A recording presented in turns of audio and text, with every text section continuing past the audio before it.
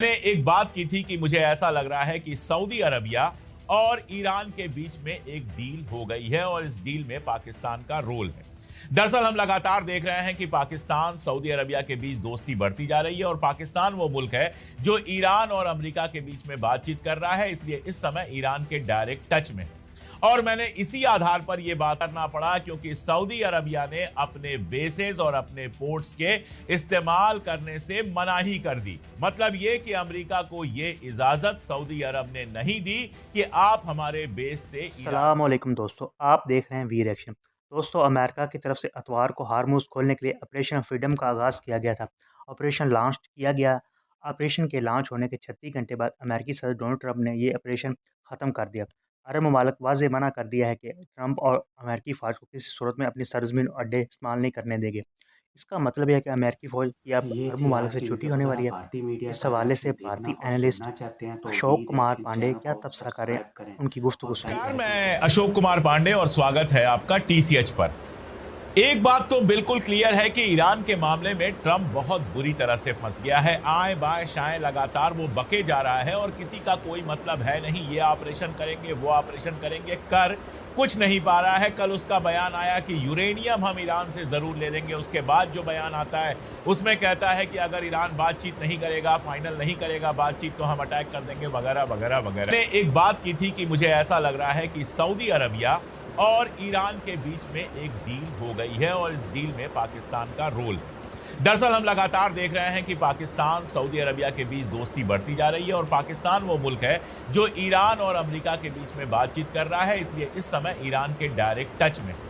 और मैंने इसी आधार पर यह बात कही थी कि बहुत मुमकिन है कि सऊदी अरबिया और ईरान के बीच में समझौता हो गया हो। कल जो बात मैंने कही थी वो बात आज के अखबारों में छपी है। एनबीसी ये कह रहा है कि सऊदी अरबिया और ईरान में केवल समझौता ही नहीं हुआ है, बल्कि जो ऑपरेशन शुरू किया था ट्रंप ने, ऑपरेशन फ्रीडम जिसको नाम दिया था, जिसमें यह था कि जो भी जहाजें स्ट्रेट ऑफ होर्मुज से गुजरेंगी उनके अगल बगल अमेरिका की सेना चलेगी, उसकी रखवाली करेगी और उस जहाज पर ईरान को हमला नहीं करने देगी। वो ऑपरेशन इसलिए कैंसिल करना पड़ा क्योंकि सऊदी अरबिया ने अपने बेसेस और अपने पोर्ट्स के इस्तेमाल करने से मनाही कर दी। मतलब ये कि अमेरिका को ये इजाजत सऊदी अरब ने नहीं दी कि आप हमारे बेस से ईरान के ऊपर हमला कर सकें।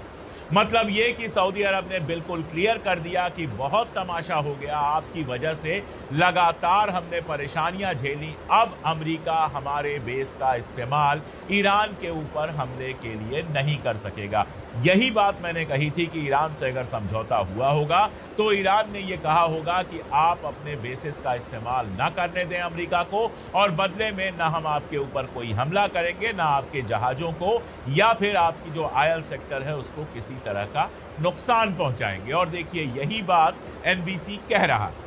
दरअसल ये खबर बहुत बड़ी है और इसको बहुत गौर से समझना पड़ेगा, खास तौर से तब जब ये कहा जा रहा है कि सऊदी अरबिया के साथ साथ कतर और कुवैत ने भी ये बात कह दी है अमेरिका से कि आप हमारी ज़मीन और हमारे आसमान का इस्तेमाल नहीं कर सकते हैं ईरान पर अटैक के लिए। आप जानते हैं कि ईरान के चारों तरफ अमेरिका ने दुनिया भर के बेस बनाए थे और उन्हीं बेसेस के सहारे वो ईरान के ऊपर अटैक कर पा रहा था और ईरान में नुकसान पहुंचा पा रहा। अब अगर ईरान ने जिस तरह से अरब कंट्रीज पर हमला किया है, उसके बाद अरब कंट्रीज इस बात से मना कर दें कि अमेरिका हमारे बेसिस का इस्तेमाल नहीं कर सकता है, तो ईरान पर हमला करना अमेरिका के लिए बहुत मुश्किल हो जाएगा। अब उसके पास बेस कौन से बचते हैं? कुल मिला जुला कर यूएई और बहरीन। इसके अलावा अमेरिका के जो अपने बेसेस हैं वो कितनी बुरी तरह से तबाह हुए हैं, ये खबर लगातार हमारे पास आ रही है।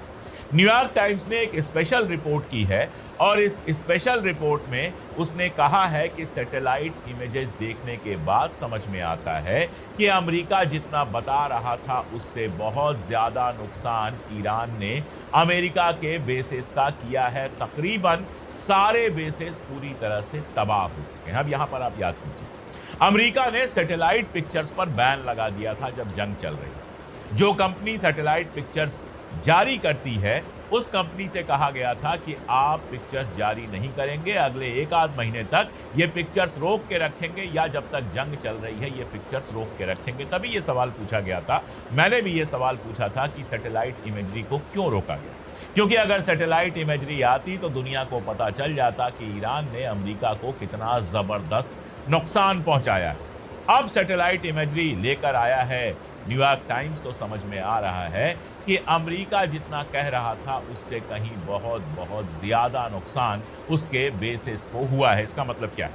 इसका मतलब यह है कि एक तरफ तो अमेरिका के अपने बेसिस तबाह हो चुके हैं, बहरीन में तबाह हो चुके हैं, यूएई में तबाह हो चुके हैं, सऊदी में तबाह हो चुके हैं, कतर में तबाह हो चुके हैं, बहरीन में तबाह हो चुके हैं। तकरीबन सारी जगहों पर अमेरिका ने जो बेसेस अपने बनाए थे वो तबाह हो चुके हैं, नंबर 1। नंबर 2, कम से कम 3 मुल्कों के बारे में ये जानकारी बिल्कुल पुख्ता है, कतर, कुवैत और साथ में सऊदी अरब। ये 3 मुल्कों के बारे में जानकारी बिल्कुल पुख्ता है कि इन 3 मुल्कों ने अमेरिका को मना कर दिया है कि तुम हमारा बेस इस्तेमाल नहीं कर सकते, यानी हम ईरान पर हमले में शामिल नहीं होंगे। यानी 3 मुल्क कह चुके हैं कि आप हमारे यहां से हमला नहीं कर सकते। अब ये देखेंगे आप कि सऊदी अरबिया सबसे बड़ा मुल्क है उस इलाके में, और सऊदी अरबिया के मना करने का मतलब यह है कि ईरान के करीब के एक मुल्क से आप हमला नहीं कर सकते। ले दे के आपके पास 3 जगहें बचती हैं।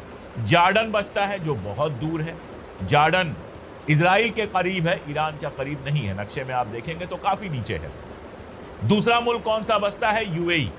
और यूएई के ऊपर आप जानते हैं ईरान ने लगातार ये बात कही है कि अगर यूएई के बेस से हमारे ऊपर हमला होगा तो हम यूएई में तबाही मचा देंगे।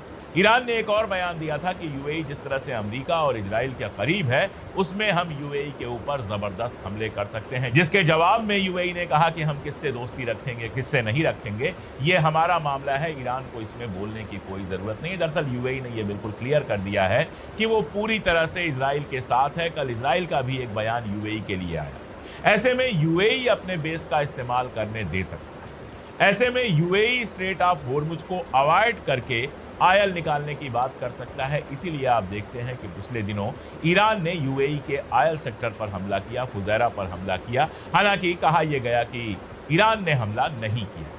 तो यूएई अपनी जगह दे सकता है और साथ में बहरीन दे सकता है। इसीलिए अगर दोबारा जंग शुरू होती है तो ईरान जहां सबसे ज्यादा अटैक करेगा वो बहरीन और यूएई हो सकते हैं, और ये बहरीन और यूएई दोनों के लिए बेहद मुश्किल दौर पैदा करेगा। इसलिए ये भी मुमकिन है कि यूएई ऊपर से जो भी कह रहा हो, अंदर से अमेरिका से कहे कि यार हमें मत फंसाओ, हमारे ऊपर इतने मिसाइल गिरेंगे तो हमारे लिए मुश्किल हो जाएगी। हालांकि इजराइल और अमेरिका की दोस्ती में यूएई इतना आगे निकल चुका है कि ईरान को बार बार आतंकवादी और दुश्मन और जाने क्या क्या उसने डिक्लेयर किया है। ईरान के बहुत सारे लोगों को डिपोर्ट किया है, ईरान की बहुत सारी जो प्रॉपर्टी है, जो एसेट्स हैं। ये थी आज की वीडियो। अगर आप भारतीय मीडिया का रिएक्शन देखना और सुनना चाहते हैं तो वी रिएक्शन चैनल को सब्सक्राइब करें और बेल आइकन को प्रेस करें ताकि नए आने वाली वीडियो का नोटिफिकेशन आपको मिल सके। इसके अलावा आप हमें टिकटॉक पेज वी रिएक्शन और फेसबुक पेज पाकिस्तान जिंदा पर भी फॉलो कर सकते हैं। नेक्स्ट वीडियो के मिलते हैं।